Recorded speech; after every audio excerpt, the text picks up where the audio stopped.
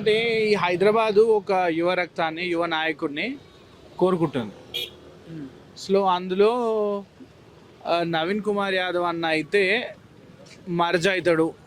ఎందుకంటే చదువుకున్నాడు, ఒక ఆర్కిటెక్ట్, చాలా సేవలు కార్యక్రమంలో ఉన్నాడు. కులం మతం భేదం లేకుండా ప్రతి ఒక్కరికి కూడా వాళ్ళ తండ్రి నుంచి తనకు సంక్రమించిన గుణాలు అవన్నీ వాళ్ళు ప్రతి ఒక్కరికి అన్న అంటే నేను ఉన్నా అని ఉంటాడు.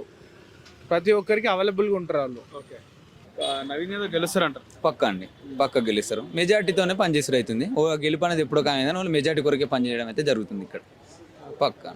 సో బీఆర్ఎస్ ఎట్లుందంటారు? బీఆర్ఎస్ అయితే సెంటిమెంట్ అయితే ఇక్కడ పనిచేయదండి. బీఆర్ఎస్ ఏంటంటే ఇప్పుడు ఏంటంటే మాగండి గోపినాథ్ ఇది వరకు 3 times ఎమ్మెల్యే చేసింది కాబట్టి ఆయన చేసిన అభివృద్ధి ఇక్కడ ఏం కనబడడం లేదు కాబట్టి, ప్లస్ ఏంటంటే కొంచెం సానుభూతి ఓట్లు పడతాయేమోనని వాళ్ళు ఆశావాహులు కొంచెం ఎదురు చూస్తున్నారు. కానీ అదేమో ఇక్కడ పనిచేయదండి. ఎందుకంటే ఇదివరకు ఇండిపెండెంట్ చేసినప్పుడు కూడా దగ్గర 30 నుంచి 40 వేల ఓట్లు పడ్డాయి కాబట్టి అదేమన్నా ఇక్కడ నవీన్ అన్నకు బాగా కలిసే అవకాశం ఉందని మేము అనుకుంటాం.